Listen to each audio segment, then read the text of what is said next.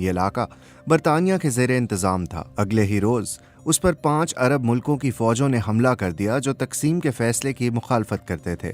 لڑائی 1949 میں متعدد غیر مستحکم جنگ بندی کے معاہدوں کے ساتھ ختم ہوئی، لیکن شام اور عراق ٹیکنیکلی تب سے اسرائیل کے ساتھ جنگ کی حالت میں ہیں۔ اس کے کئی پڑوسی ممالک کا خیال تھا کہ اسرائیل کا قیام کبھی نہیں ہونا چاہیے تھا، اور وہ آج بھی یہی سوچ رکھتے ہیں۔ اسی وجہ سے اسرائیل ہمیشہ ایک ہائی الرٹ حالت میں رہتا ہے، اور اس نے کئی مواقع پر اپنے پڑوسیوں کے ساتھ جنگ بھی لڑی ہے، اور اسی نے اسرائیل کو جوہری ہتھیار بنانے کی راہ تلاش کرنے پر مجبور کیا۔ 1950 کی دہائی کے آخر میں فرانس کی مدد سے اسرائیل نے ڈمونا میں ایک خفیہ ایٹمی مرکز قائم کرنے کا کام شروع کیا۔ اسرائیل کا کہنا تھا کہ یہ مرکز ایٹمی توانائی کی تحقیق کے لیے ہے، لیکن کئیوں کو شبہ تھا کہ اسرائیل در حقیقت بم بنانے کی کوشش کر رہا ہے۔ اسرائیل نے ہمیشہ ایٹمی ہتھیاروں کے حوالے سے ایک مبہم پالیسی اپنائی ہے، کبھی ان کے وجود کی تصدیق نہیں کی اور نہ ہی انکار۔ تو سرکاری طور پر ہمیں اسرائیلی ایٹمی پروگرام کے بارے میں زیادہ معلومات نہیں ہیں۔ جو کچھ ہم جانتے ہیں وہ مختلف لیکس اور ایک سابق سائنسدان موردیخائی ونونو کی معلومات سے حاصل ہوا ہے۔ ونونو ڈمونا ری ایکٹر میں ٹیکنیشین تھے، اور 1986 میں انہوں نے ایک برطانوی اخبار کو جو معلومات فراہم کی اس سے کوئی شک نہیں رہ گیا تھا کہ اسرائیل کے پاس بڑی ایٹمی صلاحیت موجود ہے۔ اسی وجہ سے انہیں اسرائیل میں 18 سال قید میں رکھا گیا اور وہ 2004 میں رہا ہوئے۔ Since the article was published, there is no more any secrets. All the secret was published is in the hand of all the world. And now everybody knows it has nuclear weapons. اور اب سب جانتے ہیں کہ اسرائیل کے پاس ایٹمی ہتھیار ہیں، حالانکہ وہ کھل کر اس کا اعتراف نہیں کرتا۔ اس کا ایک فائدہ یہ ہے کہ اسرائیل کو ایٹمی ہتھیار رکھنے کی دھمکی کا اثر تو ملتا ہے، لیکن اس پر غیر منظور شدہ ایٹمی طاقت ہونے کی پابندیاں نہیں لگتی۔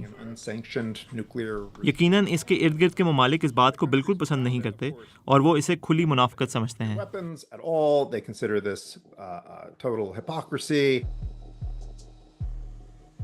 اسرائیل نے اپنے علاقائی حریفوں کو ایٹمی صلاحیت حاصل کرنے سے روکنے کے لیے عسکری کارروائیاں کی ہیں۔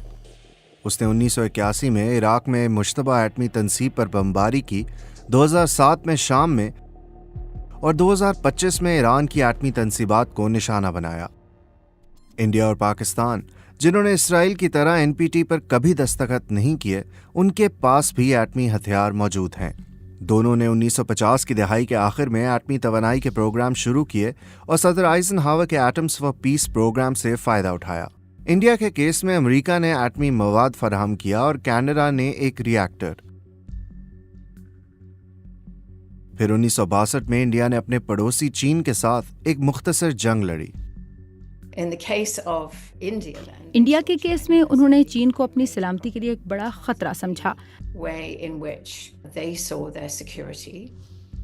1974 میں خفیہ طور پر پلوٹونیم افزودہ کرنے کے بعد انڈیا نے ایٹمی دھماکہ کیا۔ انڈیا نے یہ ان کے بقول ایک پرامن ایٹمی دھماکہ کیا۔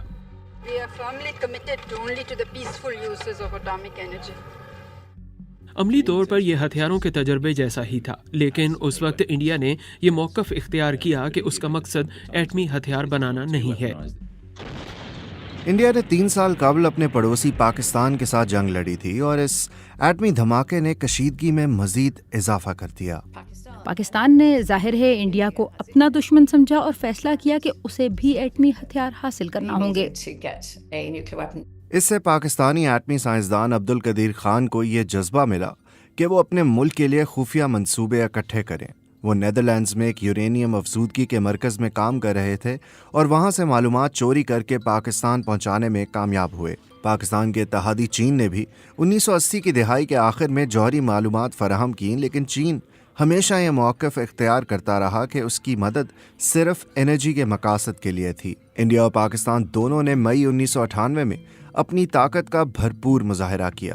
انڈین حکومت نے پبلکلی ایٹمی ہتھیاروں کا تجربہ کرنے کا فیصلہ کیا، اور کچھ ہی دیر بعد پاکستان نے بھی اس سے جنوبی ایشیا ایٹمی ہتھیاروں سے لیس خطہ بن گیا۔ اس کے بعد AQ خان نے پاکستان کے ایٹمی پروگرام سے متعلق معلومات دیگر ممالک کو منتقل کیں، جن میں شمالی کوریا بھی شامل تھا، جو 2006 میں دنیا کی نویں ایٹمی طاقت بن گیا، لیکن اس کی ایٹمی تاریخ کئی دہائیاں پہلے شروع ہو چکی تھی۔ So North Korea started on a path towards شمالی کوریا نے ایٹمی ٹیکنالوجی کی جانب بہت پہلے تقریباً 1950 کی دہائی میں قدم رکھا تھا۔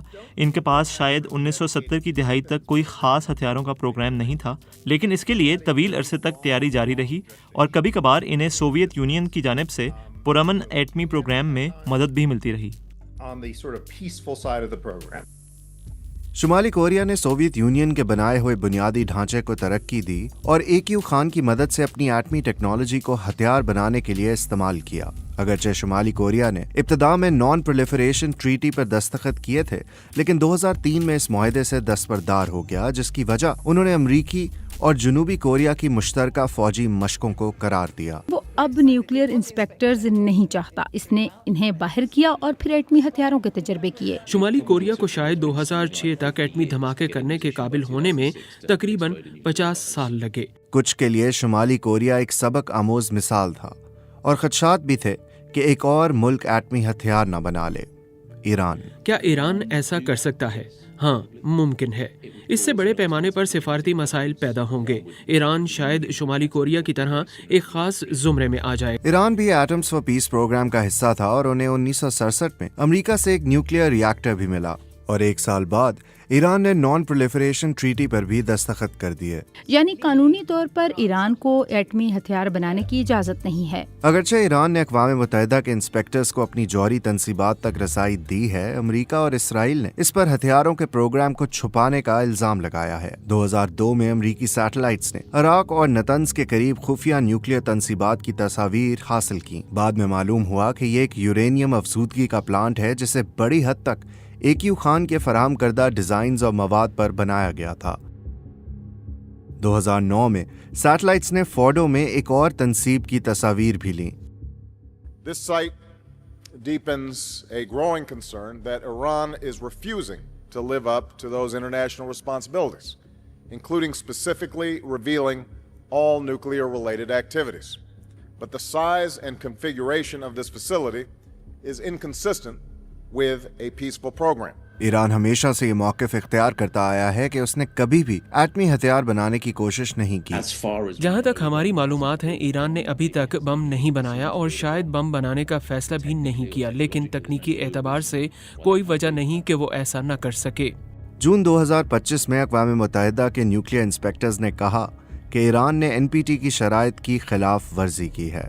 اگلے ہی روز اسرائیل نے ایران پر سلسلہ وار حملے کیے اور بعد میں امریکہ نے بھی ایران کی نیوکلیئر تنصیبات کو نشانہ بنایا۔ Our objective was the destruction of Iran's nuclear enrichment capacity and a stop to the nuclear threat. Iran کے بعد کیا صورتحال ہو سکتی ہے، اس پر بھی تشویش پائی جاتی ہے۔ مشرق وسطیٰ میں ہم ایک ایسا سلسلہ وار رد عمل دیکھ سکتے ہیں جس میں اسرائیل کے علاوہ ایران کے پڑوسی ممالک اگر ایران کو جوہری ہتھیار بناتے دیکھتے ہیں تو وہ خود بھی یہ صلاحیت حاصل کرنے کی کوشش کر سکتے ہیں۔ 55 سال پہلے نان پرولیفریشن ٹریٹی کے 2 مرکزی اصول یہ تھے کہ قانونی طور پر تسلیم شدہ 5 ایٹمی ریاستوں کے علاوہ کسی اور کے پاس ایٹمی ہتھیار نہ آئیں اور ایٹمی ہتھیاروں کی تعداد میں کمی بھی کی جائے۔ ان دونوں اصولوں کو اب چیلنجز کا سامنا ہے۔ واضح طور پر ہتھیاروں کی کمی کا عزم پورا نہیں ہوا ہے۔ ایٹمی ہتھیار رکھنے والے ممالک کہتے ہیں کہ ان کے ہتھیاروں کی تعداد میں واضح کمی آئی ہے، جبکہ ایٹمی ہتھیار نہ رکھنے والے ممالک یہ کہتے ہیں کہ یہ ممالک اپنے ایٹمی ہتھیاروں کو جدید بنا رہے ہیں اور بعض صورتوں میں ان کی تعداد میں بھی اضافہ کر رہے ہیں۔ امریکی اور اسرائیلی حملوں کے چند ہفتے بعد ایران نے اقوام متحدہ کے نیوکلیئر واچ ڈاگ کے ساتھ تعاون معطل کر دیا، جس کی وجہ سے انسپیکٹرز ایران کی NPT کی ذمہ داریوں کی تصدیق کرنے سے محروم ہو گئے۔ تو NPT اب بھی جوہری نظام کی ایک اہم علامت ہے اور بہت سے معاملات میں بے حد کامیاب رہا ہے، لیکن آج کے دن یہ شاید دباؤ کا شکار ہے۔